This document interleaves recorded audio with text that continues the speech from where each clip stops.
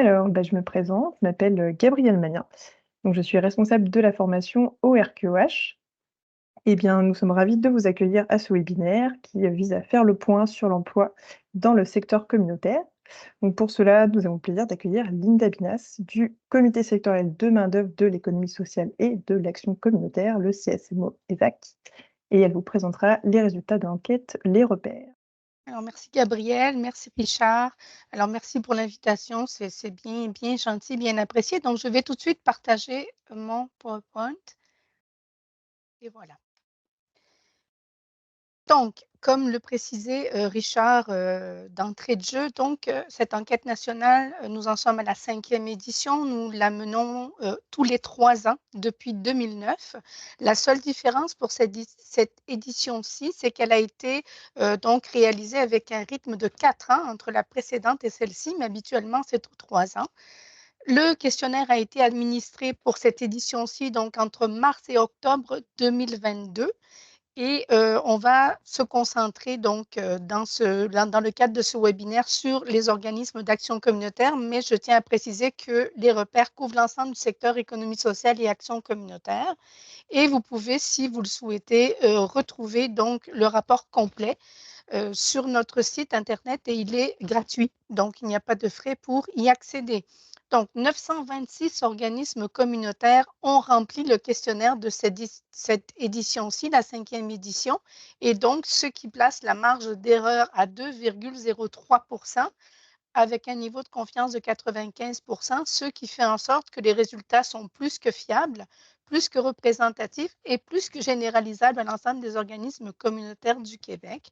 Et je tiens à préciser, parce que c'est important pour nous en termes de taux de réponse, c'est que votre secteur d'activité entre l'édition précédente et celle-ci a fait un effort incroyable et vous vous positionnez en 3e position si on regarde les bassins les plus importants en termes de secteur d'activité, vous êtes en 3e position au-dessus. Donc, merci à tous et à toutes d'avoir rempli ce questionnaire et de nous avoir permis d'atteindre donc cette représentativité-là. Quelques mots rapidement sur les organismes. En moyenne, les organismes communautaires existent depuis 31 ans. Au moment de l'administration du questionnaire, donc entre mars et octobre 2022, 52% des organismes communautaires étaient en développement et 41% étaient en consolidation.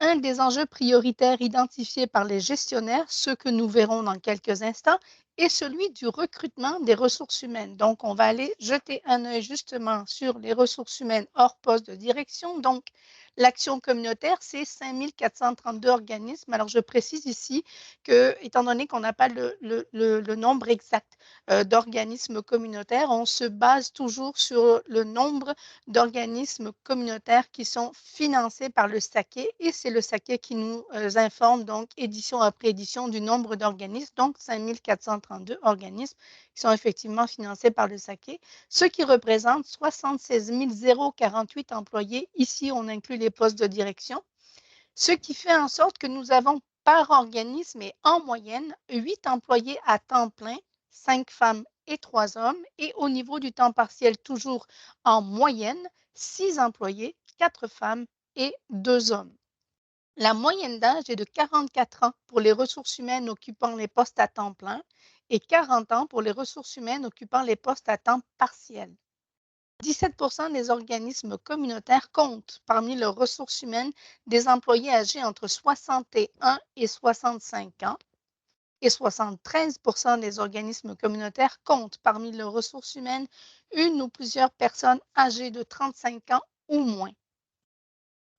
L'action communautaire, c'est aussi des salaires qui ont augmenté, mais qui ne concurrencent pas le privé et le public. Donc, on constate à cette édition-ci une augmentation des salaires dans 81% des organismes. Alors, si on regarde cette augmentation-là, durant encore une fois ces 4 années entre l'édition actuelle et l'édition précédente, donc l'augmentation moyenne durant ces 4 années est de 4,36 $ pour le temps plein, ce qui représente une augmentation moyenne de 1,09 $ par année.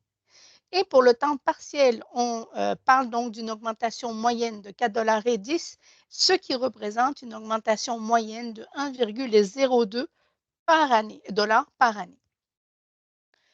Le taux horaire moyen pour le temps plein se situe à 24,44 de l'heure donc, et le taux horaire moyen pour le temps partiel se situe à 21,17 $. Si on regarde du côté du taux horaire à l'échelle du Québec et pour 2022, tout secteur d'emploi confondu, ce qui inclut le privé et le public, on parle de 29 de l'heure pour les femmes. Et au niveau de l'action communautaire, le taux horaire moyen pour les femmes se situe à 24,29, ce qui représente une différence de 4,71 $ de l'heure entre ce qui est versé comme taux horaire en action communautaire versus ce qui est versé à l'ensemble du Québec. Si on fait le même parallèle pour les hommes cette fois, on parle de 32 de l'heure pour les hommes à l'échelle du Québec et au niveau de l'action communautaire, le taux horaire moyen se situe à 24,59, ce qui représente une augmentation par rapport à l'ensemble du Québec de 7,41 $ de l'heure. Dans 5 des organismes, en moyenne, 4 employés sont rémunérés au salaire minimum. Alors, je tiens à préciser que le salaire minimum était de 13,50 $ de l'heure. Le questionnaire ayant été administré entre mars et octobre 2022 ont pressenté qu'au 1er mai 2022, le salaire minimum allait augmenter, ce qui fut le cas. Il est passé à 14,25 $. Cela dit, nous avions précisé dans l'énoncé de la question que nous référions au taux horaire minimum, au salaire minimum, pardon, de 13,50 $. Donc, il n'y a pas de fluctuation au niveau de la réponse. La réponse est vraiment basée sur 13,50 $. Il faut souligner le fait que les ressources humaines sont fortement scolarisées dans les organismes communautaires. En effet, dans 39 des organismes, les femmes possèdent un diplôme universitaire et dans 33 des organismes, elles possèdent un diplôme collégial. Si on regarde maintenant du côté des hommes, ils possèdent un diplôme universitaire dans 27 des organismes et dans 16 des organismes, ils possèdent un diplôme collégial. Nous allons faire un petit détour par les finances pour bien comprendre le contexte dans lequel évoluent les organismes communautaires et pour mettre en perspective les conditions salariales qui sont offertes à leurs ressources humaines. Donc, l'action communautaire, c'est un secteur d'emploi en santé, mais en manque de financement. Entre 2020-2021 et 2021-2022, 37 des organismes ont vu leur budget augmenter, 50 des organismes ont connu une stabilité budgétaire et 13 des organismes ont vu leur budget diminuer. En 2020-2021, 12 des gestionnaires se sont vus contraints de congédier en moyenne et par organisme 2 ressources humaines. Au moment de l'administration du questionnaire, 5 des gestionnaires envisageaient le congédiement contraint en moyenne et par organisme d'une ressource humaine. Alors, on pourrait penser que ces congédiements sont directement en lien avec la COVID-19. C'est le cas pour moins de 50 de ces organismes. Il faut par ailleurs mettre ces congédiements hors COVID en parallèle avec l'augmentation des usagers, les difficultés de recrutement que nous allons constater dans quelques instants et le congédiement contraint que nous venons d'aborder.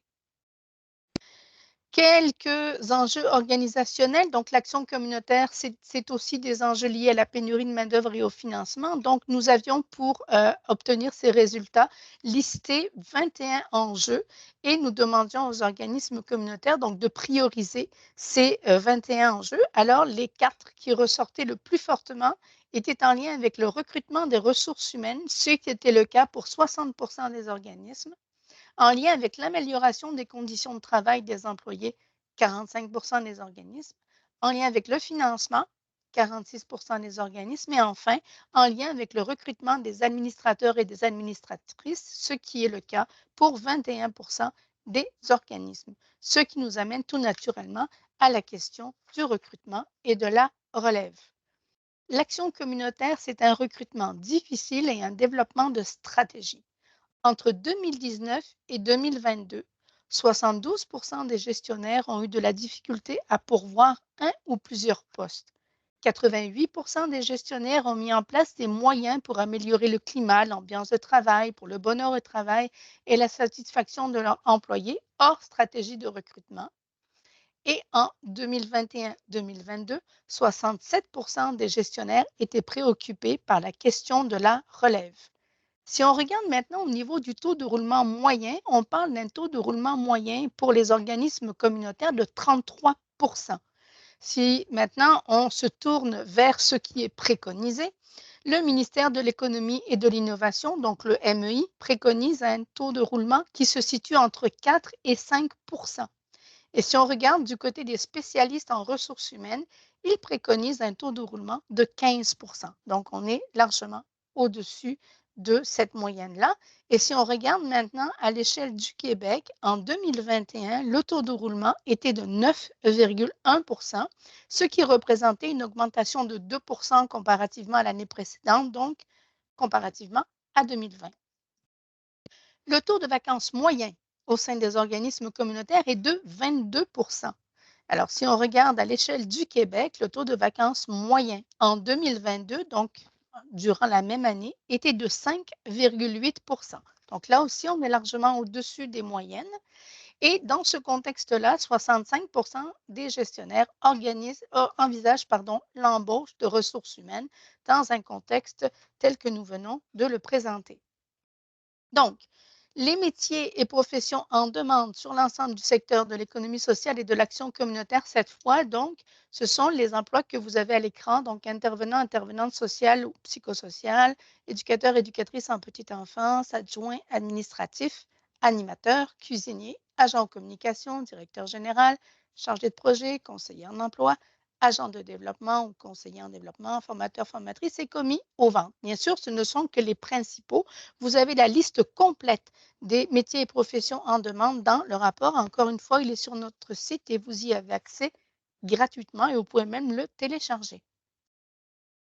L'action communautaire, c'est aussi des stratégies pour minimiser les difficultés des recrutements et pour contrer les effets de la pénurie de main-d'œuvre. Donc, au-delà du fait de tabler sur le maintien ou encore le recrutement des travailleurs et travailleuses expérimentés, les travailleurs et travailleuses expérimentés, ce sont les personnes qui sont âgées de 50 ans ou plus. Donc, les gestionnaires du secteur se tournent aussi vers les bassins de ressources humaines sous-représentés sur le marché du travail. Donc, je viens de le dire, le maintien des ressources humaines expérimentées et ciblées, c'est le cas pour 98 des gestionnaires. Et au moment de l'administration du questionnaire, ils étaient présents, donc, ces travailleurs expérimentés dans 55 des organismes. On table aussi, comme je viens de le préciser, sur l'embauche de ressources humaines expérimentées. Là encore, c'était le cas dans 55 des organismes. Il y avait cette présence-là et il y avait cette volonté-là. Maintenant, je l'ai dit, ils vont se tourner vers les bassins de ressources sous-représentés sur le marché du travail. Alors là, on fait référence à l'embauche de personnes autochtones, ce qui est le cas pour 47 des gestionnaires. Et au moment de l'administration du questionnaire, on retrouvait des personnes autochtones dans 2 des organismes communautaires. Les gestionnaires vont aussi se tourner vers l'embauche de personnes issues de l'immigration. Alors, c'est le cas pour 57 des gestionnaires et ces personnes issues de l'immigration étaient présentes dans 27 des organismes communautaires au moment de l'administration du questionnaire. Bon, moi, j'essaie de passer puis ça ne veut pas. Bon, je m'excuse. On pense aussi à l'embauche de personnes handicapées. C'est le cas pour 39 des gestionnaires et les personnes handicapées étaient, au moment de l'administration du questionnaire, présentes dans 6 des organismes. Et enfin, on se tourne aussi vers l'embauche de personnes judiciarisées, ce qui est le cas pour 14 des gestionnaires. Et au moment de l'administration du questionnaire, ces personnes judiciarisées étaient présentes dans 3 des organismes. Maintenant, parmi les gestionnaires qui, au moment de l'administration du questionnaire, ne comptaient pas de personnes sous-représentées sur le marché du travail dans leur équipe, 58 allaient se tourner vers ces bassins de ressources humaines pour contrer les difficultés de recrutement et les effets de la pénurie de main-d'œuvre. Là, il y a mon... Je voudrais changer d'acétate. Bon, merci. Bon, désolée. Alors, C'est bon. la politique de conditions de travail. Donc, l'action communautaire, c'est aussi des éléments de politique de conditions de travail fortement axés sur les congés payés fériés, les vacances annuelles, les congés de maladie, la période d'essai et de probation, les heures de travail, la politique contre le harcèlement psychologique, la politique contre le harcèlement sexuel, pardon, et les congés familiaux et parentaux. Bien sûr, vous vous en doutez, il y a bien d'autres éléments qui donc sont intégrés aux politiques de conditions de travail tels que le régime d'assurance collective, le régime de retraite collective avec ou sans contribution de l'employeur, les mesures de conciliation vie personnelle, vie professionnelle, qu'on nomme aussi conciliation famille-travail.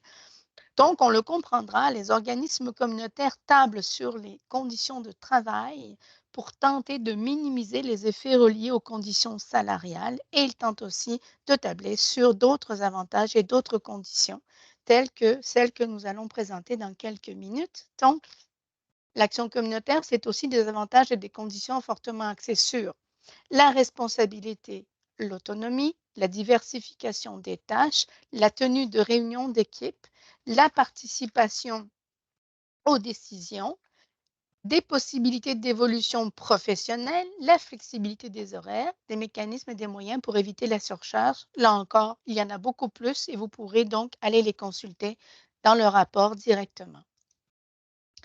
Alors, on va aller regarder la formation et les besoins de formation. Donc, les besoins de formation, je ne vous les lirai pas. Ce sont ceux qui sont à l'écran sont ceux qui sont les plus fortement nommés. Mais encore une fois, vous allez retrouver l'ensemble des besoins de formation dans le rapport. Donc, ils sont là présentés de façon complète et totale. En 2020-2021, 71 des organismes communautaires avaient dédié un budget pour la formation et le développement des compétences de leurs ressources humaines. On parle alors d'un budget moyen de 4 000 et 4 en moyenne, et par organisme bien sûr, et en moyenne, 68 de ce budget réservé a effectivement été dépensé en offres de formation. Ici, je vous ai intégré une diapositive qui n'est pas issue des repères directement et je m'explique. Donc, en fait, nous avons réalisé une étude spécifique suite au mandat qui nous a été confié par le SACE dans le cadre du PACAC 2022-2027 et dans le cadre de la mesure qui prévoit le développement d'une offre de formation pertinente et adaptée aux besoins des organismes communautaires. C'est la mesure 1.2.4. Donc, suite au mandat qui nous a été confié, nous avons réalisé les travaux en 2 phases. Donc, la phase 1, c'était de faire ressortir les besoins qui étaient issus donc de l'enquête repère que nous présentons de la 5e édition, donc l'enquête repère 2022, sur la base des 926 organismes communautaires donc, qui avaient rempli le questionnaire. Et il n'y avait aucune restriction quant au nombre de besoins de formation que les organismes communautaires pouvaient mettre de l'avant. C'était une question ouverte avec aucune restriction sur le nombre de caractères, donc ils pouvaient en mettre autant qu'ils en voulaient. Et nous avons rajouté à ces besoins de formation, il y en avait 388, nous avons rajouté 5 besoins de formation qui étaient donc mis de l'avant par les grands regroupements de l'action communautaire, le RQAK, la TNCDC, la CETROC et le RQDS. Et nous avons par ailleurs pris les besoins de formation qui étaient issus du diagnostic des besoins de formation que nous avons réalisé auprès des membres de la TNCDC, donc auprès de chacune des CDC. Et nous avions 59 membres donc, qui avaient, du personnel qui avait rempli le questionnaire. Donc, au total, on a 393 besoins de formation donc, sur lesquels nous avons planché. La phase 2 était de parvenir à une priorisation des besoins de formation de ces 393 besoins de formation. Donc, nous avons administré un questionnaire listant les 393 besoins de formation classifiés selon différents thèmes, les thèmes que vous avez à l'écran. Et nous avons eu la participation de 106 organismes communautaires donc, qui ont rempli ce questionnaire de priorisation. Et ils devaient en tout cas prioriser les 393 besoins de formation selon 3 niveaux de priorité. Donc, priorité 1, priorité 2, priorité 3. Alors, nous avons calculé le niveau de priorisation pour chacun de ces 393 besoins de formation et il y a 36 besoins de formation qui ont été listés et donc qui ressortaient plus fortement. C'est ceux que vous avez à l'écran. Je ne sais pas si je peux me permettre, Richard, peut-être de pouvoir envoyer le PowerPoint par la suite. Je ne sais pas si c'est envisageable. Si je te l'envoie, oui? C'est possible que je vous l'envoie puis vous puissiez? OK, parfait. Parce que là, vous m'écoutez puis bref. Donc, ce qu'il faut comprendre ici, c'est que par thème, OK, chacun des thèmes qui sont là, communication, intervention, et cetera, il ne faut pas comparer chacun des thèmes avec le pourcentage qui est ici. Ce qu'il faut comprendre, c'est que plus le nombre de besoins de formation intégrés à un thème précis est grand, plus le pourcentage de ces besoins, de chacun des besoins est élevé et est petit. Plus le nombre de thèmes, excusez-moi, de besoins de formation par thème est petit, plus le pourcentage est grand. Donc, vous ne pouvez pas faire cet exercice qui est de dire, oh mon Dieu, OK, alors les réseaux et médias sociaux, 20 c'est beaucoup mieux qu'intervention. Pas du tout. Il faut vraiment les prendre un après l'autre et se dire, OK, on a 20 de besoins de formation, 20 d'organismes qui ont des besoins de formation en réseaux sociaux, médias sociaux. On en a 18 qui ont besoin de formation sur les nouvelles technologies, et cetera. Et là, après, on passe à un autre thème, puis on enlève ce qu'on s'est dit, on regarde plus ce qu'on s'est dit avant, puis on regarde ces thèmes-là. Donc, c'est ça que je voulais vous préciser, pas que vous disiez, mais finalement, on va aller former sur gestion des clients difficiles et éducation populaire. Probablement oui, parce qu'ils ressortent fortement, mais on ne peut pas faire de distinction de parallèle, pardon, entre ces différents besoins de formation qui sont à l'écran actuellement. Les besoins de formation en lien avec les compétences du futur. Donc, vous avez là, et ça, c'est sur l'ensemble du secteur de l'économie sociale et de l'action communautaire. Il n'y a pas grande différence si on regarde l'action communautaire toute seule ou l'économie sociale tout seul. Donc, nous nous sommes basés sur le référentiel québécois des compétences du futur. Donc, ce n'est pas nous qui avons vraiment inventé ces catégories-là. Elles ressortent vraiment du référentiel québécois des compétences du futur qui a été donc élaboré par la Commission des partenaires du marché du travail. Alors, les besoins de formation des équipes de travail en lien avec les compétences du futur qui ont été le plus souvent mis de l'avant par les gestionnaires sont, et vous le voyez à l'écran, le développement professionnel qui correspond à l'acquisition ou encore au maintien des compétences, le numérique en termes de compréhension et d'usage, la collaboration et la communication en virtuel tout comme en présentiel et la mise en place de processus de communication et enfin l'adaptabilité face au changement. Entre 28 et 73 des organismes en fonction des différentes compétences liées au numérique.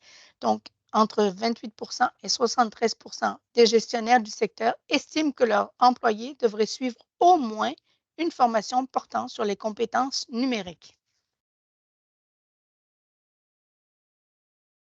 Alors, les compétences liées au numérique qui sont ici à l'écran sont en relation directe avec des plans de développement que les organismes communautaires ont mis de l'avant pour faire en sorte que leurs ressources humaines développent des compétences au niveau du numérique.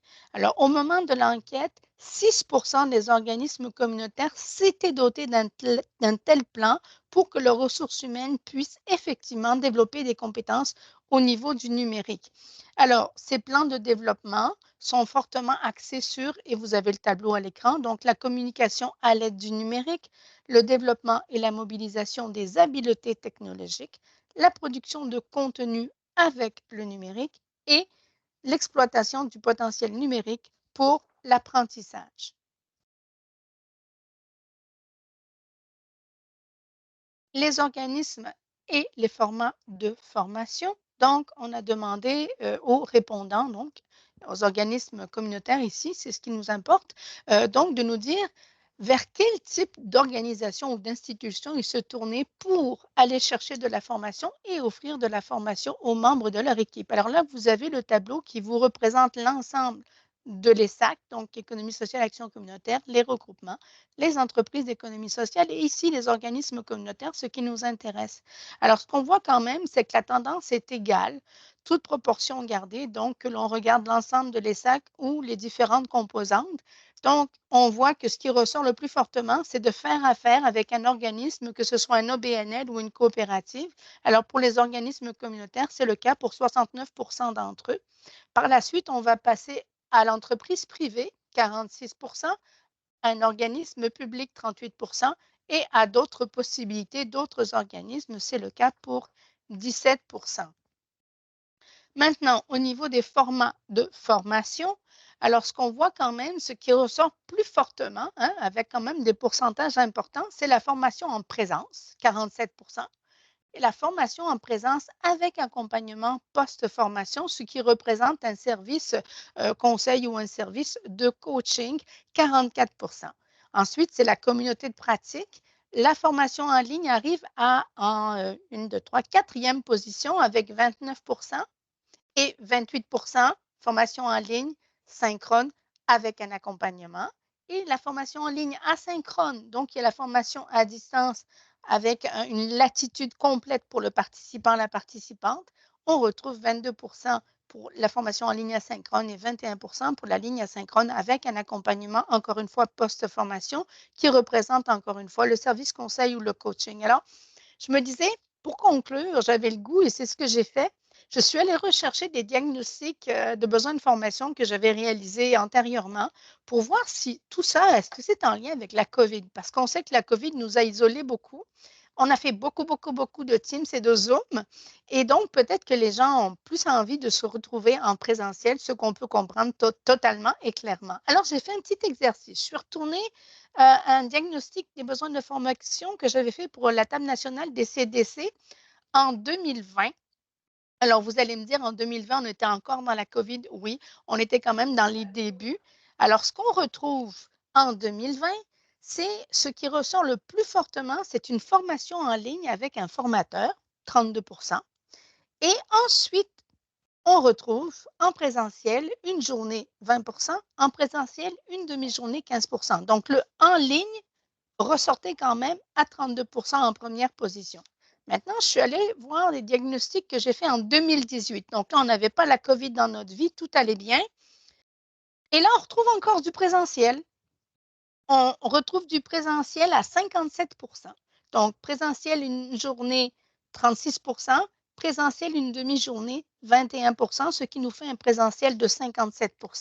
Et la même année, en 2018, je suis allée regarder le diagnostic des besoins de formation que j'avais réalisé pour le Conseil québécois des entreprises adaptées. Et là encore, ce qui ressortait, c'était le présentiel à 53 présentiel une journée, 31 présentiel une demi-journée, 22. Donc, oui, il y a un effet COVID, mais aussi un effet de ce qui était aussi avant la COVID présent.